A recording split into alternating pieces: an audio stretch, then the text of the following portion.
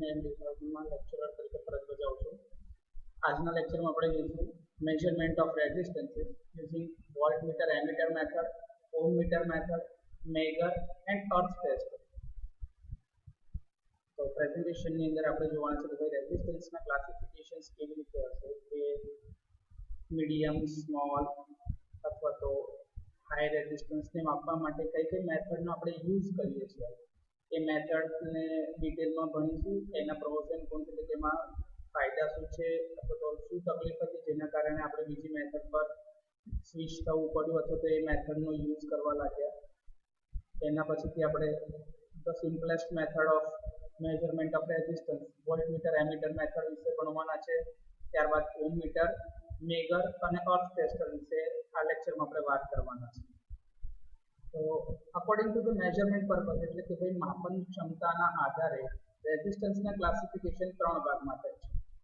1 ohm કે એના કરતાં ઓછી કિંમતના રેઝિસ્ટન્સને લો રેઝિસ્ટન્સ તરીકે ઓળખવામાં આવે છે. 1 ઓહમથી લઈને 0.1 મેગા ઓહમ એટલે કે 100 કિલો ઓહમ સુધીની રેન્જમાં જેટલા બી રેઝિસ્ટન્સ હશે એ બધાને મીડિયમ રેઝિસ્ટન્સ કહેવાય છે. અને એ જ રીતે 0.1 મેગા ઓહમથી વધારેની રેન્જવાળા રેઝિસ્ટન્સને હાઈ રેઝિસ્ટન્સની કેટેગરીમાં રાખવામાં આવે છે. આ રેઝિસ્ટન્સને માપવા માટેની મેથડની બાજુમાં લખેલી છે એ છે તો કે ભાઈ સ્મોલ રેઝિસ્ટન્સ માપવા માટે આપણે એક્યુરસી સારી રહે એના ભાગરૂપે કેલ્વિન્સ ડબલ બ્રિજનો યુઝ કરીએ છીએ. મીડિયમ રેઝિસ્ટન્સ માપવા માટે વોલ્ટમીટર એમીટર મેથડ છે, ઓહમ મીટરની મેથડ છે, ક્રિસ્ટલ બ્રિજની મેથડ છે. અને હાઈ રેઝિસ્ટન્સ માપવા માટે આપણે મેગરનો યુઝ કરીએ છીએ. એ જ રીતે અર્થનો રેઝિસ્ટન્સ માપવા માટે અર્થ ટેસ્ટરનો યુઝ થાય છે, જે આપણે આજના લેક્ચરમાં જોવાના છીએ.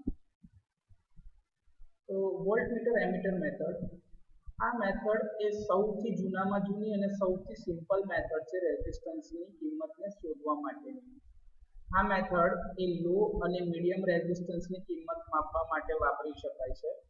આમાં એક અનનોન રેઝિસ્ટન્સ જે તમને અહીં આગળ દેખાય છે, આ અનનોન રેઝિસ્ટન્સની અક્રોસમાં એક વોલ્ટમીટર લગાડવામાં આવે છે અને એની સાથે સિરીઝમાં કરંટને માપવા માટે એમીટર લગાડવામાં આવે છે. આ એક ડીસીનો સપ્લાય સોર્સ છે. આ ફિગર આપણે પીસી સોફ્ટવેરમાં દોરેલી છે, જે આપણે તમને સિમ્યુલેશનમાં જોયા જ છે. તો એમીટરને સિરીઝમાં લગાડવામાં આવે છે જ્યારે વોલ્ટમીટરને પેરેલલમાં લગાડવામાં આવે છે. તો આનું પાછળ એક કારણ છે કે ભાઈ ઇન્ટરનલ રેઝિસ્ટન્સ જે એમીટરનો છે એ બહુ જ ઓછો છે, જેના કારણે બધો જ કરંટ એમાંથી સરળતાથી પસાર થઈ શકે છે. એટલે કે સપ્લાય સોર્સ જેટલો પણ કરંટ મોકલશે બધો જ કરંટ રેઝિસ્ટન્સમાં થઈને આરામથી પાછો સર્કિટ પૂરી કરી શકે છે. એ જ જગ્યા પર ઇન્ટરનલ રેઝિસ્ટન્સ જે વોલ્ટમીટરનો છે આદર્શ સ્થિતિમાં એ ઇન્ફાઇનાઇટ છે અને પ્રેક્ટિકલી ઘણો જ વધારે છે. જો તમે એ વોલ્ટમીટરને અહીંયા સિરીઝમાં લગાડી દો તો કોઈ પણ કરંટ એ રેઝિસ્ટન્સમાંથી પસાર થશે નહીં, જેના કારણે તમે અનનોન રેઝિસ્ટન્સની કિંમત માપી શકો નહીં. આ જ કારણના ભાગરૂપે એમીટરને હંમેશા સિરીઝમાં લગાડવામાં આવે છે જ્યારે વોલ્ટમીટરને હંમેશા પેરેલલમાં લગાડવામાં આવે છે. આ અનનોન રેઝિસ્ટન્સ છે કે જેની કિંમત આપણે શોધવાની છે. સર્કિટમાંથી જે કરંટ પસાર થતો હશે એ એમીટરનું રીડિંગ આપણે રીડિંગ લેવાનું છે અને એ જ રીતે એની એક્રોસમાં જે કંઈ વોલ્ટેજ ડ્રોપ થતા હશે એ વોલ્ટમીટરનું રીડિંગ આપણે લેવાનું છે.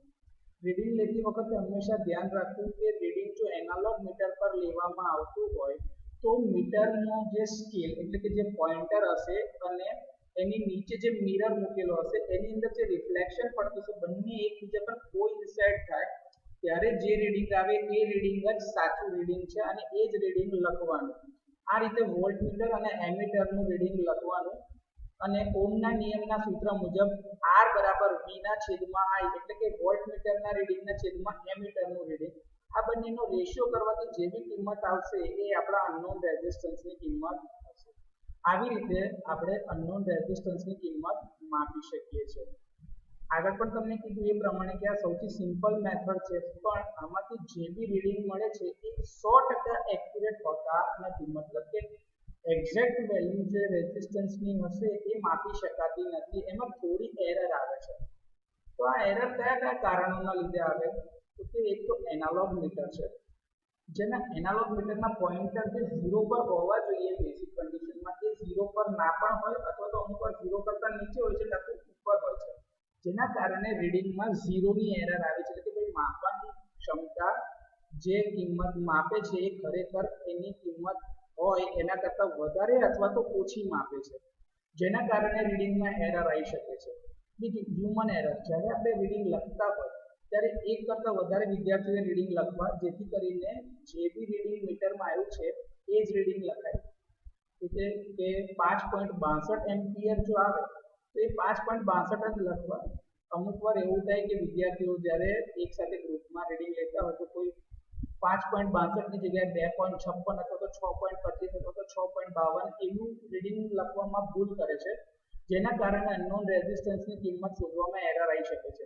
બીજું, રીડિંગમાં મીટરને વાંચતી વખતે પણ એરર આવી શકે છે કે જો તમે કોઈ ખૂણા પરથી કે તો કોઈ અલગ એંગલ પરથી વાંચતા હશો તો એ પોઇન્ટરનો સ્કેલ, એટલે કે પોઇન્ટર અને એ જે સ્કેલ પર એનું રિફ્લેક્શન જે પેલા મિરરમાં આવતું છે બંને એકબીજા સાથે કોઇન્સાઇડ નહીં થાય, મતલબ એક નહીં થઈ શકે, જેના કારણે તમે કોઈ એંગલ પરથી રીડિંગ વાંચશો તો એ રીડિંગ ખોટું હોઈ શકે છે, જેના કારણે પણ અનનોન રેઝિસ્ટન્સની કિંમત જે તમે શોધશો એ સાચી મળશે નહીં. આ જગ્યાએ આ વોલ્ટમીટરમાંથી પણ પ્રેક્ટિકલ કન્ડિશનમાં થોડો ઘણો કરંટ જતો હશે અને આ એમીટરમાં થોડા ઘણા વોલ્ટેજ ડ્રોપ પણ થતા હશે, જેની કિંમતને આપણે ધ્યાન પર લેતા નથી, જેના કારણે આ અનનોન રેઝિસ્ટન્સની જે કંઈ બી કિંમત મપાય છે એ લગભગ ચોક્કસની નજીક જ હોય છે, પણ એ ચોક્કસ હોતી નથી, એમાં થોડી ઘણી એરર રહી જઈ શકે છે. તો આ એરરને દૂર કરવા માટે જેવું કીધું કે કોઈ પણ એક સમયે કોઈ એક જ કિંમતને અચળ રાખો અને બીજી કિંમતમાં જે કંઈ બી ફેરફાર થતો હશે એ અનનોન રેઝિસ્ટન્સના સમપ્રમાણમાં અથવા તો વ્યસ્ત પ્રમાણમાં થતો હશે. આ સિદ્ધાંત ઉપર જ આપણું ઓમ મીટર કામ કરે છે કે જેમાં બંને ક્વોન્ટિટીને અલગ અલગ મીટરથી માપવું અને બંનેમાં એરર ઊભી કરવી એના કરતાં કોઈ પણ એક ક્વોન્ટિટીને અચળ રાખો કે જે બદલાશે નહીં અને બીજીને બદલે અથવા તો એની કિંમત બદલાય એ રીતે રાખવો, જેથી કરીને એમાં જે કંઈ બી ચેન્જ આવશે એ પેલા રેઝિસ્ટન્સની કિંમતના સમપ્રમાણમાં અથવા તો વ્યસ્ત પ્રમાણ પ્રમાણે હશે. જેમ કે અહીંયા હું તમને એવું કહું કે મારા વોલ્ટેજ જે છે એ અચળ રાખું છું, તો આ જે કરંટની કિંમતમાં ફેરફાર થશે એ આ રેઝિસ્ટન્સના વ્યસ્ત પ્રમાણમાં હશે, એ રેઝિસ્ટન્સના વ્યસ્ત પ્રમાણમાં હશે. એ જ રીતે હું કહું કે સર્કિટમાં જતા કરંટને જો હું અચળ રાખું તો અલગ અલગ રેઝિસ્ટન્સ માટે જે અલગ અલગ વોલ્ટેજ મળશે એ આ વોલ્ટેજનું રીડિંગ એ આ રેઝિસ્ટન્સના સમપ્રમાણમાં હશે. તો આ રીતે કોઈ પણ એક ક્વોન્ટિટી અથવા તો એક કિંમતને અચળ રાખીને બીજી કિંમતને એના ફેરફાર જે હશે એ રેઝિસ્ટન્સના સમપ્રમાણ અથવા તો વ્યસ્ત પ્રમાણમાં મળશે. જેમ કે જો તમે વોલ્ટેજને અચળ રાખો તો કરંટમાં જે કંઈ બી ફેરફાર દેખાશે એ રેઝિસ્ટન્સના રીડિંગના વ્યસ્ત પ્રમાણમાં છે, પણ મીટર પર સ્કેલ એ રીતે જ બતાવેલો હોય કે જે કિંમત રેઝિસ્ટન્સના સમપ્રમાણમાં હોય એ જ પ્રમાણે મીટર પર એનું રીડિંગ આવે છે. ઓમ મીટર હંમેશા ક્વોન્ટિટીમાં જે કંઈ બી ફરક થતો હશે એ બધો જ ફરક રેઝિસ્ટન્સના સમપ્રમાણમાં થાય એ જ રીતે તમને બતાવશે. આ ઓમ મીટર એ એકદમ સિમ્પલ મેઝરમેન્ટ માટેનું સાધન છે કે જે 0 થી લઈને અનંત કિંમત સુધીના રેઝિસ્ટન્સને માપી શકે છે. આ જ ઓમ મીટર એ અર્થ ટેસ્ટર અને મેગરમાં સાથે લગાડેલ હોય છે, જેની મદદથી જ તમે મેગા ઓમમાં રેઝિસ્ટન્સ માપી શકો છો તેમજ અર્થનો રેઝિસ્ટન્સ પણ માપી શકો છો. આ ઓમ મીટર એ બેસિકલી બે પ્રકારના છે, એક છે સિરીઝ ટાઈપ ઓમ મીટર અને બીજું છે શન્ટ ટાઈપ ઓમ મીટર. તો આપણે પહેલા ઓમ મીટર જોઈએ, ત્યારબાદ સિરીઝ ટાઈપ અને શન્ટ ટાઈપના ઓમ મીટર પણ જોઈએ. તો ઓમ મીટર, આ ઓમ મીટર જે છે એમાં બે કોઇલ હોય છે, એક છે એ કરંટ કોઇલ છે અને બીજી છે એ પ્રેશર કોઇલ છે.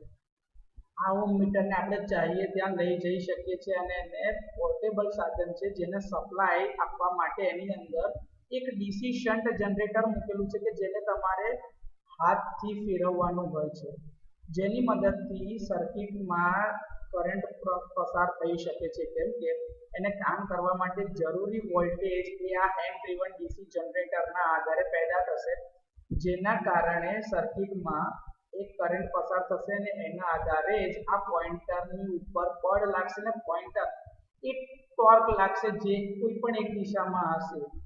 કેમ કે અહીંયા આ જે કરંટ કોઇલ છે અને પ્રેશર કોઇલ છે બંને એકબીજા સાથે 90 ડિગ્રીના ખૂણા પર છે, બંને એકબીજા પર 90 ડિગ્રીના ખૂણા પર છે, જેના કારણે આ કરંટ કોઇલના કારણે જે કરંટ જતો હશે એના લીધે ટોર્ક લાગતું હશે અને આ પ્રેશર કોઇલના લીધે જે કરંટ જતો હશે એના લીધે પણ એક ટોર્ક લાગતું હશે. બંનેના આધારે રિઝલ્ટન્ટ ટોર્ક લાગશે, જેની અસર હેઠળ આ પોઇન્ટરની મૂવમેન્ટ 0 તરફ અથવા તો ઇન્ફિનિટી તરફ આ યુનિફોર્મલી ડિસ્ટ્રીબ્યુટેડ સ્કેલ પર થતી હશે. આ સર્કિટમાં જે ટર્મિનલ A અને B જે દેખાય છે ત્યાં આપણે અનનોન રેઝિસ્ટન્સ કે જેની કિંમત માપવી છે એ લગાડવામાં આવે છે. પ્રેશર કોઇલની સાથે આ સિરીઝમાં જે રેઝિસ્ટન્સ લગાડ્યો છે એ ફક્ત ને ફક્ત એની રેન્જની એક્સટેન્શન માટે લગાડેલો છે, જે ચેપ્ટર નંબર 3 કે 4 માં તમને ભણાવવામાં આવે છે કે ભાઈ range of extension of range of voltmeter. એ જ ભાગ રૂપે અહીંયા આ એક રેઝિસ્ટન્સ લગાડેલો છે. આ હેન્ડ ડ્રીવન ડીસી શન્ટ જનરેટરને એવી રીતે ફેરવવામાં આવે છે કે જેથી કરીને એ લગભગ 250 વોલ્ટ થી 500 વોલ્ટ સુધીના વર્કિંગ વોલ્ટેજ પેદા કરે, જેના લીધે જેટલો બી કરંટ જશે એ સર્કિટને અથવા તો ઓહ્મ મીટરને કામ કરવા માટે પૂરતો રહેશે. હવે જ્યારે કરંટ ફ્લો થાય છે બંને કોઇલ્સમાંથી, એક છે કરંટ કોઇલ અને બીજી છે પ્રેશર કોઇલ, બંનેના લીધે એની અંદરથી એક મેગ્નેટિક ફિલ્ડ પેદા થશે. એમ્પિયર સર્કિટના નિયમ મુજબ કે જ્યારે કોઈ પણ વાહકમાંથી પ્રવાહ પસાર કરવામાં આવે છે ત્યારે એની આસપાસ ચુંબકીય ક્ષેત્ર ઊભું થાય છે. આ પ્રવાહ એ અંગૂઠાની દિશામાં હોય છે અને ચુંબકીય ક્ષેત્ર એ તમારી આંગળીની દિશામાં હોય છે, એટલે તમે એનું મેગ્નેટિક ફિલ્ડ કઈ દિશામાં હશે જેના આધારે આ પોઇન્ટર ઉપર ટોર્ક લાગશે. બરાબર, કરંટ કોઇલના કારણે જે ફોર્સ લાગે છે, જે ટોર્ક લાગે છે એ ઘડિયાળના કાંટાની દિશામાં છે. એ જ રીતે પ્રેશર કોઇલના લીધે જે ટોર્ક લાગે છે એ ઘડિયાળના કાંટાની વિરુદ્ધ દિશામાં હોય છે.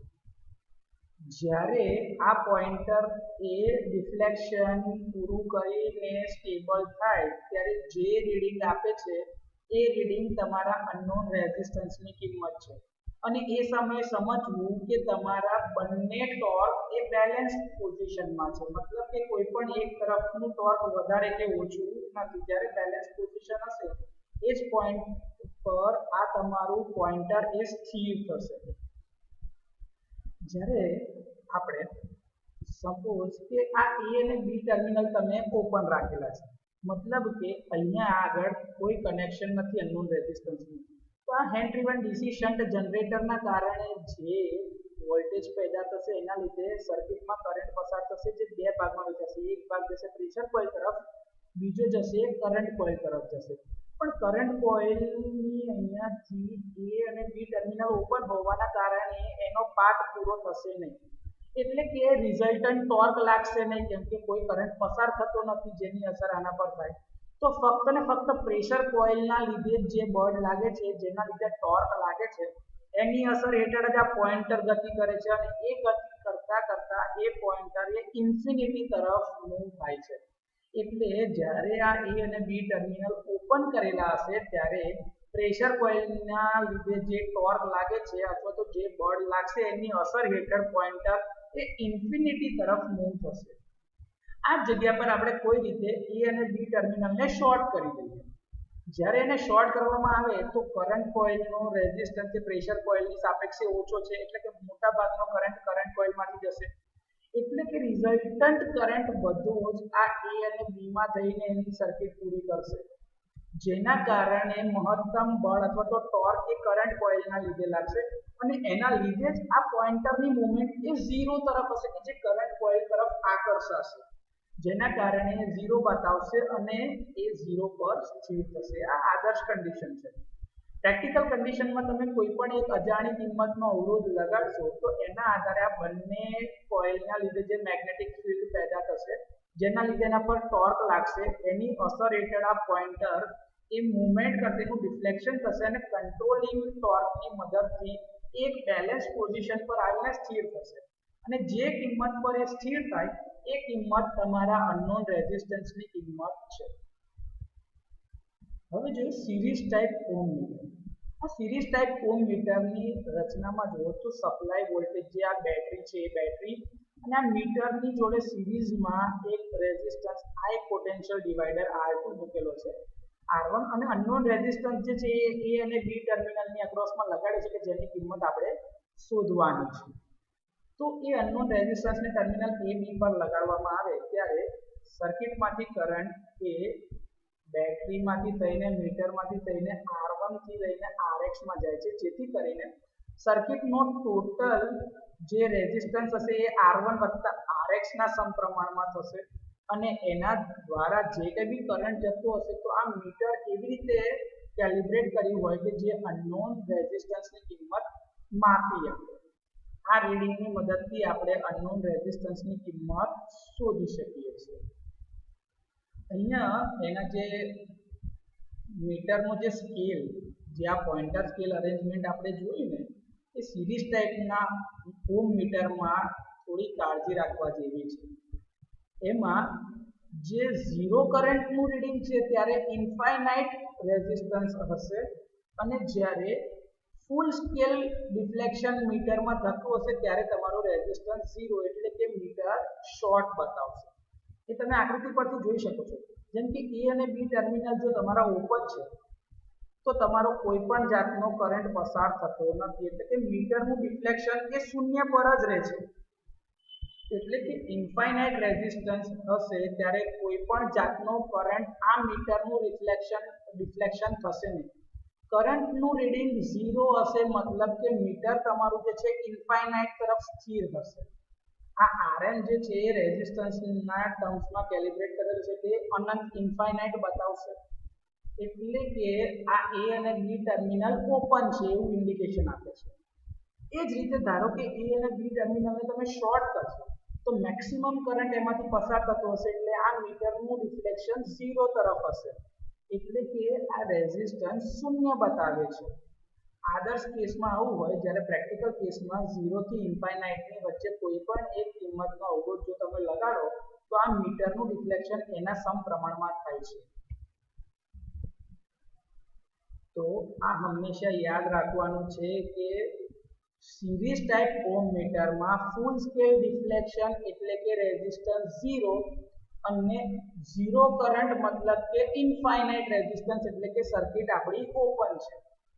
IFSD એને આપણે કહે છે full scale deflection reading of meter, જે FSD થી લખેલું છે. આગળ જોઈએ તો કે શન્ટ ટાઈપના મીટર, આમાં મીટર જે છે એ સપ્લાયના સોર્સ અને અનનોન રેઝિસ્ટન્સની સાથે પેરેલલમાં છે. તો તમે આકૃતિમાં જોઈ શકો જ્યારે તમે સ્વિચને ક્લોઝ કરો તો બેટરીમાંથી આ વેરિયેબલ રેઝિસ્ટન્સ R1 માં થઈને એક કરંટનો ભાગ જશે મીટરમાંથી અને બીજો ભાગ જશે એ રેઝિસ્ટન્સમાં થઈને જાય છે. સપોઝ અહીંયા તમે કોઈ અવરોધ લગાડેલો નથી તો A અને B ટર્મિનલ ઓપન છે તો જે કંઈ બી બેટરીના લીધે કરંટ જતો હશે બધો કરંટ મીટરમાં થઈને જતો હશે.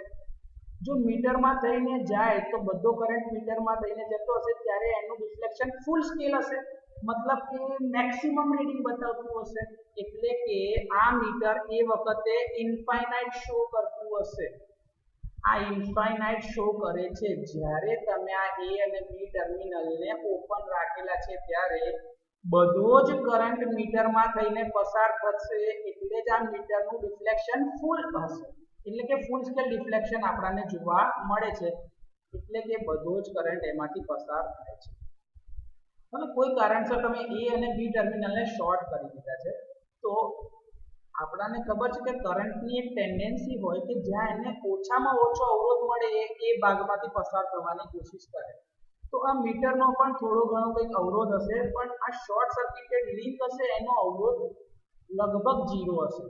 એટલે કે આ બેટરી સપ્લાયથી જેટલો બી કરંટ જતો હશે બધો જ કરંટ એ A અને B માંથી પસાર થતો હશે, મતલબ કે મીટરમાંથી કોઈ પણ પ્રકારનો કરંટ જતો નથી. એટલે કે મીટરનું ડિફ્લેક્શન શૂન્ય બતાવે છે. એટલે કે જ્યારે A અને B ટર્મિનલ શોર્ટ કરેલા હોય ત્યારે એનો રેઝિસ્ટન્સ 0 છે એવું બતાવે છે, જ્યાં સ્કેલ પરથી આપણે સમજી શકીએ છીએ. શન્ટ ટાઈપના ઓમ મીટર વાપરતી વખતે આપણે જે આ રેઝિસ્ટન્સ R1 છે એને એવી પોઝિશનમાં સેટ કરવાનો જેથી કરીને આ મીટરનું ડિફ્લેક્શન જે છે એ અનનોન રેઝિસ્ટન્સના સમપ્રમાણમાં જ મળતું રહે. એ અને બી ની અક્રોસમાં તમે કોઈ અનનોન વેલ્યુ ઓફ રેઝિસ્ટન્સ લગાડો તે વખતે બેટરીમાંથી થોડો ઘણો કરંટ મીટરમાંથી પસાર થશે અને થોડો કરંટ એ અનનોન રેઝિસ્ટન્સમાંથી પસાર થશે. એટલે મીટરનું ડિફ્લેક્શન એ આ અનનોન રેઝિસ્ટન્સમાંથી પસાર થતા કરંટના સમપ્રમાણમાં એવું બતાવશે જેથી કરીને આ મીટર એ 0 થી ઇન્ફિનિટીની વચ્ચે કોઈ એક વેલ્યુ બતાવે છે જે કિંમત એ આ અનનોન રેઝિસ્ટન્સની કિંમત હશે. બરોબર. આ મીટર જે છે એ લેબોરેટરીની અંદર લો રેઝિસ્ટન્સ કે 1 ઓહ્મ કરતા ઓછી કિંમતના રેઝિસ્ટન્સ માપવા માટે થાય છે, પણ એમાં કનેક્ટિંગ લીડના લીધે જે રેઝિસ્ટન્સની મેઝરમેન્ટમાં અવરોધ ઊભો થાય છે અને થોડી ટેમ્પરેચરની એરરની રીતે ગણીએ તો 1 ઓહ્મ કરતા નીચી વેલ્યુના રેઝિસ્ટન્સને માપવામાં એરર આવે છે. એટલે કે ચોકસાઈના ભાગરૂપે આપણે એના માટે કેલ્વિન્સ ડબલ બ્રિજનો યુઝ કરીશું. હવે છે મેગર. આ મેગર જે છે એ સૌથી પહેલું ડેવલપ કરેલું આ સિડની એવરશેડ નામના માણસે 1889માં વિશ્વનું પહેલું મેગર બનેલું કે જે બે ભાગમાં હતું. એક ભાગમાં રેઝિસ્ટન્સ ઓહ્મ મીટર હતું અને બીજા ભાગમાં આપણું ડીસી શન્ટ જનરેટર, અને આ બંને ભાગને ભેગા કરીને સમયાંતરે એના પેટર્નમાં ચેન્જ કરતા 1903માં કોમર્શિયલી અવેલેબલ હોઈ શકે એવું પહેલું મેગર અસ્તિત્વમાં આવેલું. આ મેગર સિડની એવરશેડ નામના માણસે બનાવેલું. આ કોઈ વૈજ્ઞાનિક ના હતા. આ એક પશુપાલન પર આધાર રાખતા પરિવારમાં એક જન્મેલો બાળક હતો કે જેની આર્થિક સ્થિતિ ખૂબ જ નબળી હતી, પણ એ ઈસવીસન 1884-85માં ઇંગ્લેન્ડના એક ગામમાં જોતા હતા. ત્યાં આગળ જે તમે ઇનકન્ડેન્સન્ટ લેમ્પ જે તમે કહો છો કે ભાઈ થોમસ આલ્વા એડિસને બલ્બની શોધ કરી હતી, એ બલ્બનો યુઝ કરીને ત્યાં આગળ સ્ટ્રીટ લાઇટિંગ થયેલી હતી.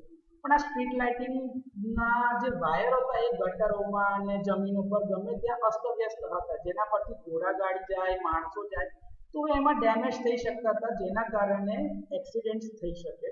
તો એના ભાગરૂપે કેબલના ઇન્સ્યુલેશનના કામ પર ધ્યાન આપવા માટે આ 1884-85માં એક કંપનીમાં જોડાયા. 1886ની અંદર એમને એ કંપનીનું R&D ડિપાર્ટમેન્ટ પોતાના નામ પર ખરીદી લીધું એમના એક ફ્રેન્ડની સાથે થઈને, અને 1889માં એમને સૌથી પહેલું મેગર બનાવ્યું કે જેની મદદથી આપણે હાઈ વેલ્યુ ઓફ રેઝિસ્ટન્સ માપી શકીએ. એ પહેલાં જ્યારે મેગર ના હતું ત્યારે આપણે ગેલ્વેનોમીટર, જે સેન્સિટિવ ગેલ્વેનોમીટર હતા, એની મદદથી હાઈ વેલ્યુ ઓફ રેઝિસ્ટન્સને કેલિબ્રેટ કરીને કહેતા હતા, પણ એના વર્કિંગ વોલ્ટેજ ઉપર આપણાને એક્ઝેક્ટ ઇન્સ્યુલેશન રેઝિસ્ટન્સની કિંમત મળતી ન હતી. એ સમય દરમિયાન તમે જે સેન્સિટિવ ગેલ્વેનોમીટર ધારો કે 10, 12, 15, 20 વોલ્ટ પર હોય એના પર જ એ વોલ્ટેજની કરંટની કિંમતના આધારે ઇન્સ્યુલેશનનો રેઝિસ્ટન્સ કહેતો હતો.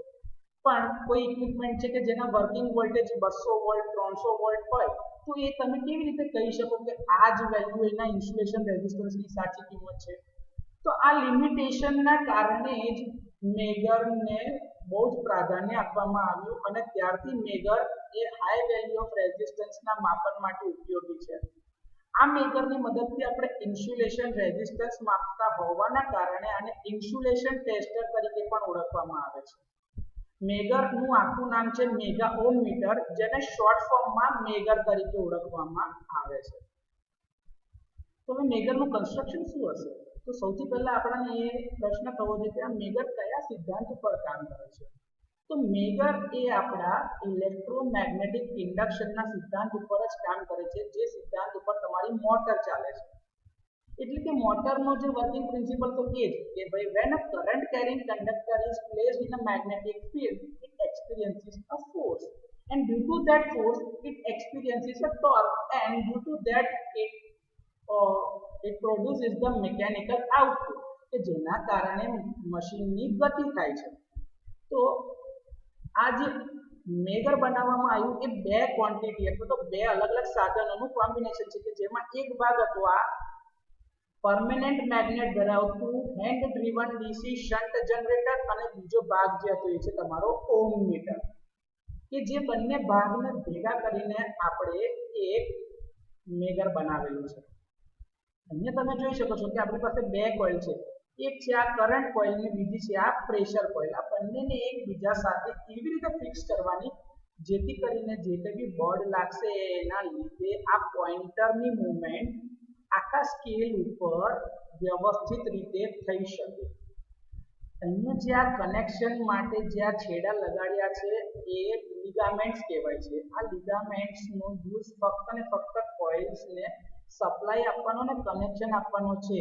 આનાથી કોઈ પણ પ્રકારનું કંટ્રોલિંગ ટોર્ક કે બીજી કોઈ વસ્તુ મળતી નથી, જેના કારણે આ દિમાગમાં રાખવું કે આ લિગામેન્ટ્સ ફક્ત ને ફક્ત જોડાણના ભાગરૂપે છે. અને આ લિગામેન્ટ્સ એટલે આપણે જે ફ્લેક્સિબલ વાયર્સ જોઈએ છે એવા જ પ્રકારના વાયર્સ છે જેની મદદથી આપણે કનેક્શન કરેલા છે.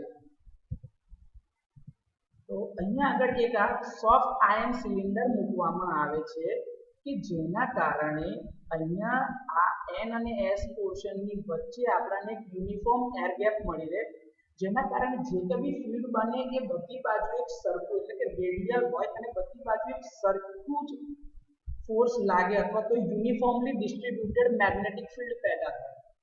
અહીંયા આગળ જે આ પોઇન્ટર જે છે એને ધરીને સ્પિન્ડલ પર રાખવામાં આવે છે અને ત્યાં આગળ કંટ્રોલ વેટ લગાડીને એને કંટ્રોલિંગ ટોર્ક આપવામાં આવે છે કે જેથી કરીને એની મૂવમેન્ટને કંટ્રોલ કરી શકાય. આ જે પ્રેશર કોઇલ જે છે એ પ્રેશર કોઇલ જે છે એનું કનેક્શન એ ઓહમ મીટરમાં આ જે જનરેટર છે એની પેરેલલમાં જ હશે. જો પોઝિટિવ ટર્મિનલથી હાઈ રેઝિસ્ટન્સ થ્રુ થઈને પ્રેશર કોઇલનો એક છેડો આવ્યો કોઇલમાં, ત્યાંથી બીજો છેડો નીકળ્યો અને એ ગયો જનરેટરના નેગેટિવમાં. એટલે કે આ પ્રેશર કોઇલ જે છે એ જનરેટરની સાથે પેરેલલમાં લાગેલી હશે. એ જ રીતે આ કરંટ કોઇલના જે છેડા છે તો તમે અહીંયા આગળથી જુઓ તો પોઝિટિવ છેડો જનરેટરનો નીકળ્યો જે જશે ટર્મિનલ L માં, ત્યાંથી અનનોન રેઝિસ્ટન્સ લગાડવામાં આવશે જેની કિંમત માપવાની છે, જેનું ઇન્સ્યુલેશન રેઝિસ્ટન્સ આપણે ચેક કરવો છે E ટર્મિનલ સાથે, અને ત્યાંથી તેને R માં થઈને કરંટ કોઇલમાં અને કરંટ કોઇલમાં થઈને પછી નેગેટિવમાં અને નેગેટિવમાં એની સર્કિટ પૂરી થાય છે. તો આ રીતે તમે જોશો તો કરંટ કોઇલ જે છે એ આની સાથે સિરીઝમાં છે, જ્યારે પ્રેશર કોઇલ જે છે આની સાથે પેરેલલમાં લાગેલી છે. બરોબર, આવી રીતે કનેક્શન છે. ત્યારબાદ આની સાથે જે સપોર્ટેડ સ્પ્રિંગ જે છે જે બેરિંગ લગાડવામાં છે, બેરિંગ જે છે એ ફક્ત ને ફક્ત ઘર્ષણના ઓછા કરવા માટે જ લગાડવામાં આવે છે, જેથી કરીને આ પોઇન્ટરની મૂવમેન્ટ ફ્રીલી થઈ શકે.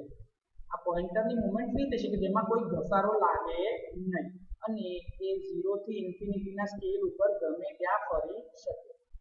જેનું ઇન્સ્યુલેશન રેઝિસ્ટન્સ માપવાનું છે એને L અને E ની વચ્ચે લગાડવામાં આવે છે. આ કરંટ કોઇલ જે છે એના લીધે તમારું ડિફ્લેક્શન થાય છે એટલે એને ડિફ્લેક્ટિંગ કોઇલ તરીકે ઓળખવામાં આવે છે, અને પ્રેશર કોઇલના લીધેના મૂવમેન્ટને કંટ્રોલ મળે છે એટલે એને કંટ્રોલિંગ કોઇલ તરીકે ઓળખવામાં આવે છે. આ ડીસી શન્ટ જનરેટરને લગભગ 160 RPM ની આસપાસ ફેરવવામાં આવે છે અથવા તો એના કરતાં વધારે, જેથી કરીને એ આ પોઝિટિવ અને નેગેટિવ ટર્મિનલ જે છે ત્યાં આગળ લગભગ 250 થી લઈને 2500 વોલ્ટ સુધીના ડીસી વોલ્ટેજ પેદા કરે છે, જે આ પ્રેશર કોઇલ અને કરંટ કોઇલને જરૂરી વોલ્ટેજ અથવા તો કરંટ માટે ઉપયોગી છે. આ જે કરંટ જે છે પ્રેશર કોઇલમાં થઈને જે જતો હશે, જો આ પ્રેશર કોઇલ જે છે જનરેટરની જોડે અક્રોસમાં લાગેલી છે. આ કોમ્બિનેશનમાં અનનોન રેઝિસ્ટન્સની કોઈ અસર જણાતી નથી, એટલે કે પ્રેશર કોઇલમાંથી જે બી કરંટ જતો હશે એ નો લોડ કન્ડિશન હોય અથવા તો એટલે કે ઓપન સર્કિટની કન્ડિશન છે કે શોર્ટ સર્કિટની કન્ડિશન છે અથવા તો કોઈ લોડ વાળી કન્ડિશન છે અથવા તો કોઈ કિંમતનો અનનોન રેઝિસ્ટન્સ લગાડ્યો હોય, એ પરિસ્થિતિમાં પણ એના વર્કિંગ કરંટમાં કોઈ ફેરફાર થતો નથી. જે કંઈ બી કરંટના રીડિંગમાં ફેરફાર થાય છે એ અહીંયા L અને E ના ટર્મિનલના લીધે જે અનનોન ઇન્સ્યુલેશન રેઝિસ્ટન્સ તમે જે કિંમતનું લગાડશો એના આધારે કરંટ કોઇલના કરંટમાં જ ફેરફાર થશે, એટલે જ એને ડિફ્લેક્ટિંગ કોઇલ કહેવામાં આવે છે, જેના આધારે આપણે અનનોન રેઝિસ્ટન્સની કિંમત માપીએ છીએ. અને જે પ્રેશર કોઇલના લીધે જશે એ કરંટ બદલાતો નથી, તો એના લીધે જે ટોર્ક લાગતું હશે એ બી અચળ કિંમતનું જ હશે. પણ કરંટ કોઇલના લીધે જે ટોર્ક લાગે છે જેની કિંમત બદલાય છે, જેના કારણે રિઝલ્ટન્ટ ટોર્કના કારણે જ તમારું પોઇન્ટર એ 0 થી ઇન્ફિનિટીના સ્કેલ ઉપર કોઈ પણ એક તરફ ગતિ કરશે અને આ ઇન્સ્યુલેશન રેઝિસ્ટન્સની જે કિંમત હશે ને એના પર એ પોઇન્ટર સ્થિર થશે. જ્યારે આ પોઇન્ટર સ્થિર થાય છે ત્યારે સમજવાનું કે કરંટ કોઇલના લીધે ઉત્પન્ન થતું ટોર્ક અને પ્રેશર કોઇલના લીધે ઉત્પન્ન થતું ટોર્ક એ બંને એક સમાન મૂલ્યના હશે ત્યારે જ પોઇન્ટર સ્થિર થાય છે અને જે કિંમત બતાવે એ તમારા ઇન્સ્યુલેશન રેઝિસ્ટન્સની કિંમત હશે. કે ભાઈ મેગરના જે એલ અને ઈ ટર્મિનલની અક્રોસમાં સમજો કે આપણે કશું જ લગાડતા નથી, એટલે કે એના બે છેડાને આપણે ઓપન રાખી રહ્યા છે. જો ઓપન રાખીશું તો એ કેસમાં શું થશે કે જેમ કે આ મેગરના બે ટર્મિનલ એલ અને ઈ ને તમે ઓપન રાખેલો છે તો પ્રેશર કોઇલમાંથી જતો કરંટ જે છે એ તો કોન્સ્ટન્ટ છે જ, કેમ કે એની સર્કિટમાં કોઈ બ્રેક નથી પડી રહ્યો. એ જ રીતે કરંટ કોઇલમાં જે કરંટ જઈ રહ્યો હતો એની સર્કિટ અહીંયાથી ઓપન થઈ ગઈ. ઓપન મતલબ કે ઇન્ફાઇનાઇટ રેઝિસ્ટન્સ ઓફર કર્યું છે, એટલે કે કરંટ કોઈ પસાર નહીં થાય. ઓપન સર્કિટ કન્ડિશન છે એટલે કરંટ પસાર નહીં થાય, જેના લીધે કરંટ કોઇલના લીધે જે ટોર્ક ઉત્પન્ન થવું જોઈએ એ ટોર્ક ઉત્પન્ન થતું નથી, જેના કારણે પોઇન્ટર પર ફક્ત એક જ પ્રકારનું બળ લાગે છે અને પોઇન્ટરની ઉપર એક જ ટોર્ક લાગશે અને ફક્ત ને ફક્ત આ પ્રેશર કોઇલના લીધે જ ટોર્ક લાગવાનું છે. એટલે કે પ્રેશર કોઇલના લીધે જે ટોર્ક લાગે છે એના લીધે આ પોઇન્ટરની મૂવમેન્ટ એક કાઉન્ટર ક્લોકવાઇઝ ડિરેક્શનમાં, એટલે કે ઘડિયાળના કાંટાની વિરુદ્ધ દિશામાં 0 થી ઇન્ફિનિટીના સ્કેલમાં ઇન્ફિનિટી તરફ થઈ રહી છે. એટલે કે તમારું પોઇન્ટર એ ઇન્ફિનિટી બતાવશે કે જ્યારે આ સર્કિટ ઓપન હશે. હવે સમજો કે તમે કોઈ ઓછા રેઝિસ્ટન્સ વાળા વાયરથી આને શોર્ટ કરી દીધેલી છે, મતલબ કે આનો રેઝિસ્ટન્સ બહુ જ ઓછો છે, તો અહીંયા તમે સિરીઝમાં હાઈ રેઝિસ્ટન્સ લગાડ્યું છે, એટલે કે પ્રેશર કોઇલમાંથી જતા કરંટને તમે ઓલરેડી લિમિટ કરી રાખેલો છે જેની કિંમત ઓછી છે. તો કરંટની ટેન્ડન્સી છે કે હંમેશા એવા પાથ ઉપરથી પસાર થાય કે જ્યાં એને ઓછામાં ઓછો અવરોધ લાગે. તો આ કેસમાં અહીંયા તમે આજે એલ અને ઈ ટર્મિનલને શોર્ટ કર્યા હશે, મતલબ કે બધો જ કરંટ એ કરંટ કોઇલમાંથી જ પસાર થતો હશે, જેના કારણે રિઝલ્ટન્ટ ટોર્ક જે લાગવું જોઈએ ફક્ત ને ફક્ત જેની કિંમત ત્યાં કરંટ કોઇલના લીધે ઉત્પન્ન થતા ટોર્ક ઉપર સૌથી વધારે આધાર રાખે છે અને એની અસરના લીધે આ પોઇન્ટર પર જે રિઝલ્ટન્ટ ટોર્ક લાગે છે એ ઘડિયાળના કાંટાની દિશામાં લાગશે, એટલે કે પોઇન્ટરને 0 ની તરફ આકર્ષશે. એટલે કે મેગર તમારું 0 બતાવશે જ્યારે શોર્ટ કરેલું હશે એલ અને ઈ ટર્મિનલને ત્યારે. હવે સમજો કે તમે કોઈ એક ઇન્સ્યુલેશન રેઝિસ્ટન્સ માપવા માટે કોઈ કેબલ કે બીજી કોઈ એપરેટસના બે છેડાને તમે અહીંયા એલ અને ઈ ટર્મિનલની વચ્ચે લગાડ્યા છે. એ વખતે આ પોઇન્ટરની ઉપર પ્રેશર કોઇલના લીધે ઉત્પન્ન થતું ટોર્ક અને કરંટ કોઇલના લીધે પણ એક ટોર્ક લાગશે. એ બંને ટોર્કના લીધે એક રિઝલ્ટન્ટ ટોર્ક લાગશે અને આ પોઇન્ટર તમારું 0 થી ઇન્ફિનિટીના સ્કેલમાં કોઈ પણ એક વેલ્યુ પર સ્થિર થશે. એ જે કિંમત પર સ્થિર થશે એ તમારું અનનોન ઇન્સ્યુલેશન રેઝિસ્ટન્સની કિંમત હશે. આ જે સ્કેલ તમને દેખાય છે તો તમે જુઓ અહીંયા આગળ બે પ્રકારના સ્કેલ આપણે બતાવ્યા છે, જેમાં તમે જોઈ શકો છો કે 0 થી લઈને ઇન્ફિનિટીનો સ્કેલ બતાવેલો છે, જેમાં 10,000 ઓમ 100 ની અંદર બધું ચાલતા 1 મેગા ઓમ ને બધી રેન્જ આપેલી છે. એ જ વસ્તુ આ ડીસી વોલ્ટેજ અને એસી વોલ્ટેજ બંને પર ઓપરેટ થઈ શકે છે. ઉપર જે કિંમત છે એ છે ઇન્ફિનિટી વાળા સ્કેલની, જે 250 થી 500 વોલ્ટ ડીસી માટેનું છે આ રહ્યું, અને નીચે જે આ રેન્જ આપેલી છે એ આપણી છે એસી સપ્લાય વોલ્ટેજ માટે, કે જેમાં તમે 0 થી 600 વોલ્ટ એસી સપ્લાય આપી શકો છો અને એનો ઇન્સ્યુલેશન રેઝિસ્ટન્સ 0 થી ઇન્ફિનિટીની રેન્જમાં ગમે તે હોઈ શકે છે. બરોબર, આ રીતે તમારા મેગરના સ્કેલ આપેલા હોય છે જેના ઉપર એનું પોઇન્ટરનું મૂવમેન્ટ થશે. મેગર વાપરતી વખતે જે ઇમ્પોર્ટન્ટ પોઈન્ટ આપણે ધ્યાન રાખવાના છે એ તમને જણાવી દઈએ. જનરલી એક જ પરમેનન્ટ મેગ્નેટ, જે આ પરમેનન્ટ મેગ્નેટ જે છે એન અને એસ, એ એક જ પરમેનન્ટ મેગ્નેટ ઓમ મીટરના કામ માટે તેમજ શન્ટ જનરેટર માટે બી પરમેનન્ટ મેગ્નેટની જે જરૂર પડે છે એ બંને આ એક જ મેગ્નેટથી પૂરું થઈ શકે છે. એટલે કે એક જ મેગ્નેટ એ ઓમ મીટરના કામ માટે બી જરૂરી છે, સાથે સાથે ડીસી શન્ટ જનરેટરમાં બી જે પરમેનન્ટ મેગ્નેટના પોલ્સ હશે એ આ જ મેગ્નેટના હશે. લિગામેન્ટ જે છે આગળ બી તમને કીધું એ ફક્ત ને ફક્ત કનેક્શનના પર્પસથી લગાડેલા છે, એનાથી બીજું કોઈ કંટ્રોલિંગ ટોર્ક મળતું નથી. એટલે કે પોઇન્ટર સ્કેલના વર્કિંગ ઉપર આ લિગામેન્ટ્સની કોઈ અસર થતી નથી. અમુક વાર એવું બને છે કે પોઇન્ટરનું ડિફ્લેક્શન કંટ્રોલ કરવા માટે આપણે કમ્પન્સેટિંગ કોઇલ લગાડેલી હોય છે, જે પ્રેશર કોઇલની સાથે સિરીઝમાં લગાડેલી હોય છે. એ ફક્ત ને ફક્ત સ્કેલની ઉપર એક્યુરેટ રીડિંગ ઝડપથી લેવા માટે જ કમ્પન્સેશનના ભાગરૂપે જ લગાડેલી હોય છે. એવું હોય છે કે ભાઈ આ જે હાથથી જે જનરેટર ફેરવવામાં આવે છે એનાથી 250, 500, 1000 અને અમુક વાર 2500 વોલ્ટ સુધીના વોલ્ટેજ પેદા થઈ શકે છે. મેગરનું જે બી રીડિંગ હોય છે એ આ સપ્લાય વોલ્ટેજ તમે કેટલા પેદા કરો છો એના ઉપર જરા પણ આધારિત નથી. આ વસ્તુ ખાસ સમજવાની છે કે ભાઈ પ્રેશર જે કંઈ બી વોલ્ટેજ પેદા થતા હશે મેગરથી એ આના વર્કિંગની કિંમત જાણવા માટે ઇન્સ્યુલેશનની રેઝિસ્ટન્સની કિંમત શું આવે છે એના માટે વોલ્ટેજ આધારિત છે જ નહીં, એટલે કે વોલ્ટેજ પર ડિપેન્ડન્ટ નથી.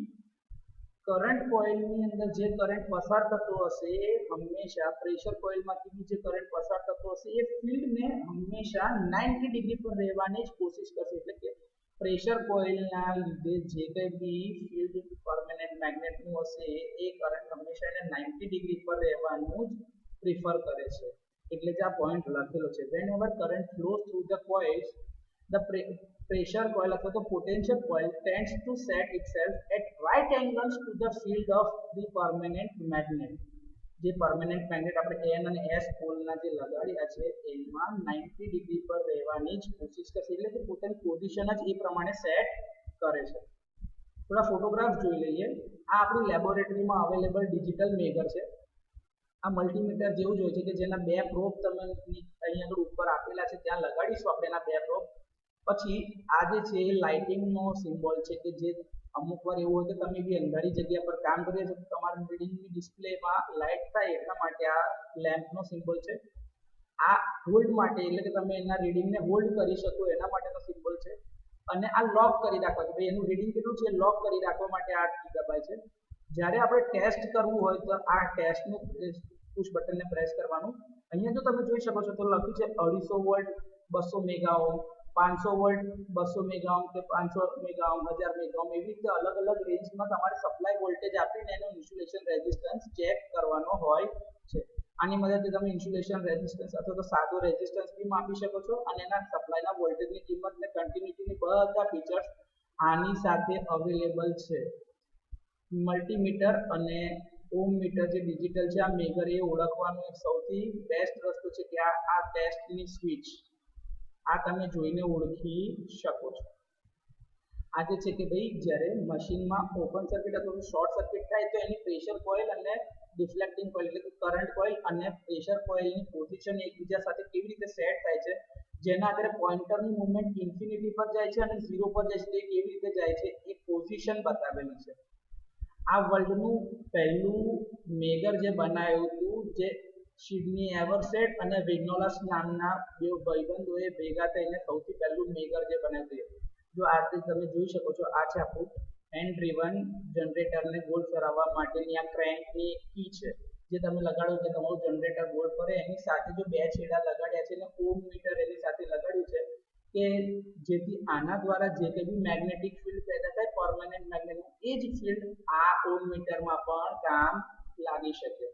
એટલે કે ઇન્સ્યુલેશન રેઝિસ્ટન્સ માપવા માટે પહેલા આ રીતે મેગર બનાવ્યું હતું. ત્યાર પછી આનું કોમર્શિયલાઇઝેશન થઈને એક જ મેગર બનાવવામાં આવ્યું જેમાં બધી જ વસ્તુને એક સાથે ઇન્કોર્પોરેટ કરી દીધેલી છે. તો તમે આમાં જોઈ શકો છો એક છે ગાર્ડ ટર્મિનલ અને આ અર્થ અને લાઇન ટર્મિનલ કે જેની અક્રોસમાં આપણે ઇન્સ્યુલેશન રેઝિસ્ટન્સ માપવાના છીએ. ત્યાર પછીની વાત છે એ છે અર્થ ટેસ્ટર.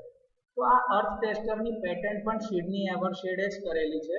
જો આ વર્લ્ડનું સૌથી પહેલું અર્થ ટેસ્ટર જે બનાવેલું એમાં તમે જોઈ શકો છો કે એવરશેડ એન્ડ વિગ્નોલસ લિમિટેડ લંડન આ સૌથી પહેલું અર્થ ટેસ્ટર આ લોકોએ બનાવ્યું છે. તમે જોઈ શકો છો કે અહીંયા આગળ આપણા ચાર ટર્મિનલ છે P1 અને C1 જેને શોર્ટ કરેલા હોય છે, P2 અને C2 કે જેની મદદથી આપણે પોટેન્શિયલ કોઇલ અને કરંટ કોઇલના રીડિંગ લેવાના છે. આ પણ hand driven DC shunt generator સાથે અવેલેબલ હોય છે અને આમાં પણ એક ઓમ મીટર લગાડેલું જ હોય છે. પણ આની જે રેન્જ હોય છે એ બહુ જ ઓછી છે કેમ કે ઓમ મીટર જે છે એ ઓમ્સની અંદર રેન્જમાં અર્થનો રેઝિસ્ટન્સ માપીને આપશે. આમાં બહુ હાઈ રેન્જના રેઝિસ્ટન્સ હોતા નથી, કેમ કે અર્થનો આઈડિયલ રેઝિસ્ટન્સ જે છે એ 0 ઓહ્મ હોવો જોઈએ, જેથી કરીને બધો કરંટ અર્થ ફોલ્ટ કે કશું બી થાય ત્યારે સીધો જમીનમાં જવો જોઈએ, જેથી કોઈ પણ ઓપરેટિંગ પર્સનલ અથવા તો ઇક્વિપમેન્ટને નુકસાન ના થાય. પ્રેક્ટિકલ કન્ડિશનમાં અર્થનો રેઝિસ્ટન્સ 2 થી 5 ઓહ્મ મળે છે, જે આની મદદથી આપણે માપવાના છે. આ ડીસી શન્ટ જનરેટરને પણ એવી રીતે ફેરવવાનું જેથી કરીને 250 થી 500 વોલ્ટ જેના રેટિંગ વોલ્ટેજ લખ્યા હોય એટલા વોલ્ટેજ પેદા કરતું હોવું જોઈએ.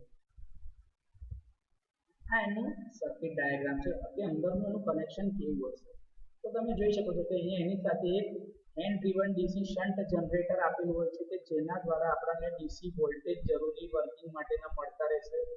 અહીંયા કરંટ રિવર્સરનો બ્લોક અને રેક્ટિફાયરનો બ્લોક મૂકેલો છે, જે તમારા મેગર કરતા આ બે વસ્તુ આમાં એક અલગ છે, જેના ઉપર ખાસ ધ્યાન રાખવાનું છે, કેમ કે આના આધારે જ એનું જે ઓપરેટિંગ અથવા તો એનું જે પર્પસ જે છે કેમ આ બે મૂકવામાં આવ્યા જેથી કરીને અર્થ ટેસ્ટરમાં આપણને ફાયદો થઈ શકે, એ તમને લેક્ચરમાં આગળ જતા કહેવામાં આવશે.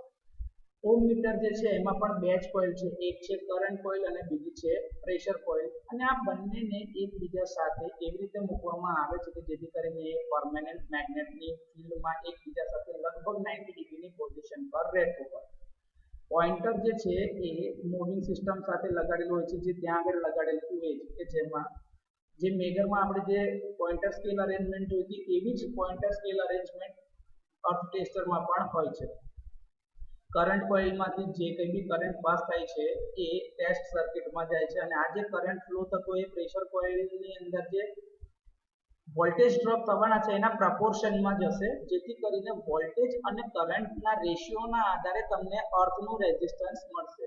ઓહમના નિયમના સૂત્ર પ્રમાણે V = I × R, તો પ્રેશર કોઇલનો વોલ્ટેજ ડ્રોપ અને કરંટ કોઇલનું રીડિંગ, તો એ બંનેનો રેશિયો કાઢીશું તો આપણને અર્થનો રેઝિસ્ટન્સ મળવાનો જ છે. હવે જે આ કોઇલનું જે ડિફ્લેક્શન થતું હશે એ હંમેશા એ વોલ્ટેજ અને કરંટના રેશિયો પર જ આધારિત હશે, તો જ તમને રેઝિસ્ટન્સની કિંમત મળશે ને. ઓહમના નિયમના સૂત્ર મુજબ V = I × R, તો R = V ના છેદમાં I, એટલે કે આમાં હંમેશા એક રેશિયો છે જેમાં વોલ્ટમીટર નું રીડિંગ અથવા તો પ્રેશર કોઇલમાંથી જે કરંટ પસાર થતો હશે એ અને એના છેદમાં કરંટ કોઇલમાંથી જે કરંટ પસાર થતો હશે બંનેનું રીડિંગ તમે લેશો તો તમને અર્થ રેઝિસ્ટન્સની કિંમત મળશે. અહીંયા આગળથી તમને કહેવામાં આવે છે એ રીતે આમાં 4 ટર્મિનલ બહાર કાઢેલા હોય છે, જે છે P1 C1 P2 અને C2. જો તમે જોઈ શકો છો આ રીતે P1 C1 અને P2 C2 આ 4 ટર્મિનલ કાઢેલા હોય છે.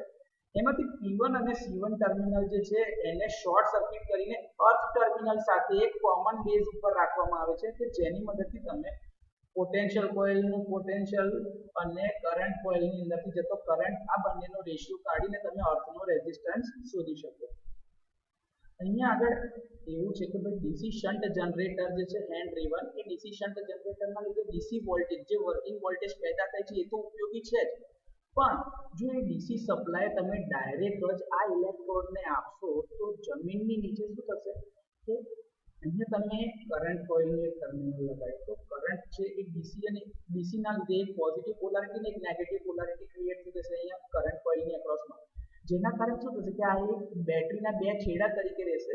જમીનની જે ભેજ હશે જે એ ઇલેક્ટ્રોલાઇટિક તરીકે કામ કરતું હશે, જેના કારણે શું થશે કે ભાઈ ચાર્જ જે છે ને એ આની નજીકમાં જમા થતો જશે, જેના કારણે ઇફેક્ટિવ રેઝિસ્ટન્સની કિંમત ઓછી થતી જશે. તો જે ખરેખર સાચી કિંમત હશે એના કરતાં ઓછો રેઝિસ્ટન્સ માપશે. આ જે ઇફેક્ટ થાય છે આ ઇફેક્ટને કહેવાય છે ઇલેક્ટ્રોલાઇસિસ ઇફેક્ટ, જેના કારણે આનો ઇફેક્ટિવ રેઝિસ્ટન્સ ઓછો થઈ જાય છે. એ ફક્ત ને ફક્ત કેમ થયું? કેમ કે તમે ડીસી કરંટ આપ્યો એટલા માટે, કેમ કે આને કન્ટિન્યુઅસલી પોઝિટિવ પોલારિટી મળે અને આને કન્ટિન્યુઅસલી નેગેટિવ મળે, જેના કારણે બેટરી તરીકે બિહેવ કરે છે. આ પ્રોબ્લેમને સોલ્વ કરવા માટે જ અહીંયા કરંટ રિવર્સર લગાડવામાં આવ્યું છે કે જે ડીસી કરંટ જે વર્કિંગ હતો એને કન્વર્ટ કરી આપે છે એસી કરંટમાં, જેના કારણે આની polarity continuously positive of cycle negative of cycle positive negative થયા કરે, જેના કારણે કોઈ એક જ પોલારિટીના લીધે ચાર્જ ડેવલપ થાય અને ચાર્જ ભેગો નહીં થાય તો ઇલેક્ટ્રોલિસિસ ઇફેક્ટ થશે નહીં, જેના કારણે ખરી વેલ્યુ જે હશે અર્થ રેઝિસ્ટન્સની એ જ આપણને મળશે. તો સર કરંટ રિવર્સલ તો ઇલેક્ટ્રોલિસિસ ઇફેક્ટ ના થાય એટલા માટે તમે મૂક્યું. તો આ રેક્ટિફાયર કેમ મૂક્યું?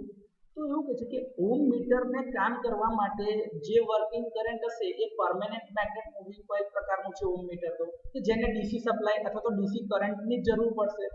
તો તમારે આ એસી વોલ્ટેજ અથવા તો કરંટને તમારે પાછા ડીસીમાં કરવા પડશે. એના માટે રેક્ટિફાયર મૂકવામાં આવે છે.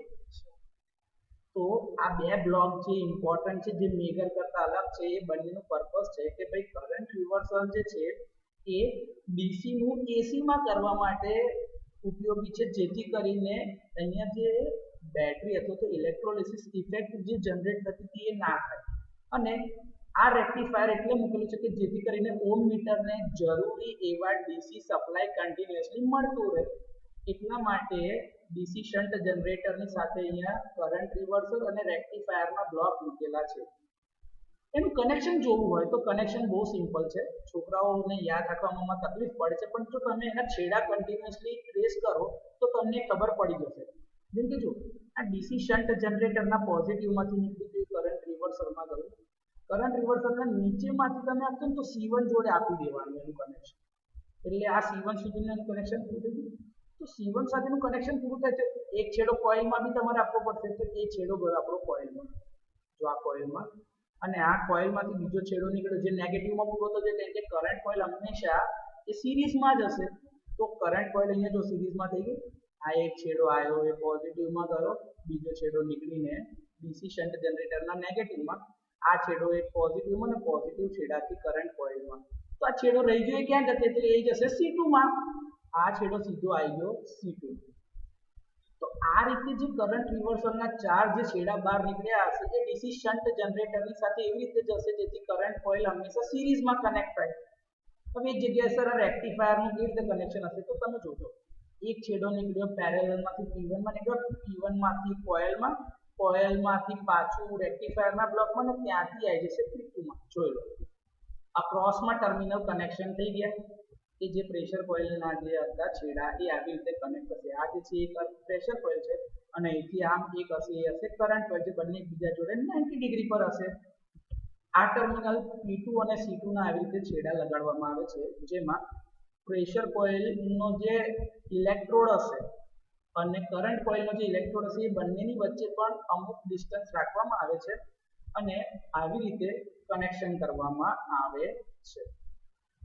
આ જે રોટરી જે કન્વર્ટર હતું, જે સિન્ક્રોનાઇઝ કન્વર્ટર રેક્ટિફાયર જે આપણે બ્લોક વાપરીએ છીએ, એ અને કરંટ રિવર્સલ બંને તમે જોશો તો ડીસી શન્ટ જનરેટરની જોડે એક જ શાફ્ટ ઉપર લગાડેલા હોય છે.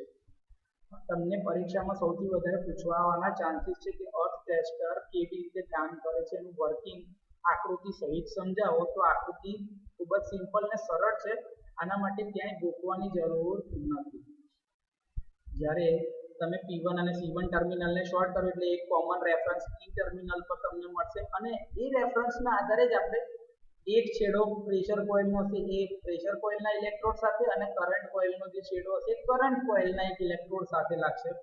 આ બધા જ ઇલેક્ટ્રોડને જમીનમાં 2 થી 2.5 મીટર સુધી ફૂંકેલા રાખવામાં આવે છે, જેથી કરીને એની અંદર તમે અર્થનો સાચો રેઝિસ્ટન્સ માપી શકો. હવે આ રીડિંગ લેતી વખતે કરંટ કોઇલના ઇલેક્ટ્રોડને આપણે ફિક્સ રાખીએ તો પ્રેશર કોઇલના ઇલેક્ટ્રોડની મૂવમેન્ટ કરવાની, જેથી કરીને પ્રેશર કોઇલના ઇલેક્ટ્રોડની મૂવમેન્ટ એવી કરવાની જેથી એ કરંટ કોઇલથી અર્થ ઇલેક્ટ્રોડ એટલે કે કોમન તરફ જાય અને એટલા જ ડિસ્ટન્સ પર અર્થ ઇલેક્ટ્રોડથી દૂર પણ જાય, જેથી કરીને આવા 5 થી 10 રીડિંગ આપણે અલગ અલગ લેવાના. પછી એ દરેક રીડિંગ જે લીધા એની એક એવરેજ કાઢવાની અને એ જે કિંમત આવે એ આપણો અર્થનો રેઝિસ્ટન્સ. આવા 10 રીડિંગ એટલે લેવાના જેથી કરીને આપણને ઇફેક્ટિવ અર્થનો રેઝિસ્ટન્સની કિંમત મળી રહે. બરાબર. જનરલી આઈડિયલ કેસમાં તમને કીધું છે કે આની કિંમત 0 હોવી જોઈએ અને પ્રેક્ટિકલ કેસમાં બને એટલી ઓછી હોવી જોઈએ. જો તમે આ રીતે પ્રેક્ટિકલ આપણે પરફોર્મ કરીએ છીએ ત્યારે એની કિંમત 2 થી 5 ઓહ્મની વચ્ચે આવી જોઈએ, જે આપણે મતલબ કે કન્સિડરેબલ અમાઉન્ટ છે કે હા આટલી કિંમત એની હોઈ શકે છે. અર્થનો રેઝિસ્ટન્સ બને એટલો ઓછો એટલે રાખવાનો જેથી કરીને ફોલ્ટ થાય ત્યારે બધો જ કરંટ સીધો જમીનમાં જાય જેથી કરીને ઓપરેટિંગ પર્સનલ અથવા તો એ ઇન્સ્ટ્રુમેન્ટને નુકસાન થાય નહીં. બરોબર. એનો રેઝિસ્ટન્સ જો આપણે ઓછો કરવો હોય તો અર્થિંગ વખતે બી તમને કીધું છે કે તમારા ઇલેક્ટ્રોડની આસપાસ જમીનમાં મીઠાવાળું પાણી નાખવું અથવા તો ચારકોલ કે એના એક લેયર બનાવવું જેથી કરીને એની સાંદ્રતા જો વધશે ને તો રેઝિસ્ટિવિટીમાં ઘટાડો થશે જેના કારણે તમારો અર્થનો રેઝિસ્ટન્સ ઓછો થશે.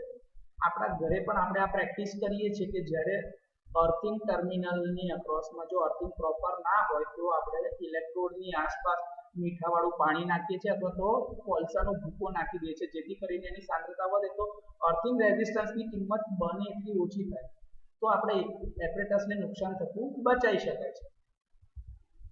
લેક્ચર પૂરું કરતા પહેલા એક થોટ આપીએ. આ છે Nelson Mandela, x president of south Africa. આમને સાઉથ આફ્રિકાના ગાંધીજી તરીકે પણ ઓળખવામાં આવે છે જેમને સાઉથ આફ્રિકાની આઝાદી માટેની ચળવળો ચલાવેલી હતી. એમને એક મસ્ત થોટ એજ્યુકેશન રિલેટેડ કીધેલો છે. એ છે education is the most powerful weapon which you can use to change the world. શિક્ષણ એ સૌથી શક્તિશાળી હથિયાર છે કે જેનો ઉપયોગ તમે વિશ્વને બદલવા માટે કરી શકો છો. આ થોટ એ તમને તમારા જીવનમાં એજ્યુકેશનનું ઇમ્પોર્ટન્સ બતાવે છે અને એના જ ભાગરૂપે તમને સારું એજ્યુકેશન મળે એના ભાગરૂપે જ આવા વિડીયો લેક્ચર્સ રેકોર્ડ કરીને તમારા સુધી મોકલવામાં આવે છે. તમને એનો ફાયદો થયો તો તમે તમારા ફ્રેન્ડ્સને બધાને પણ આ વસ્તુ મોકલજો, આ વિડીયો શેર કરજો જેથી કરીને એમને બને એટલું સારું શીખવા મળે. Thank you.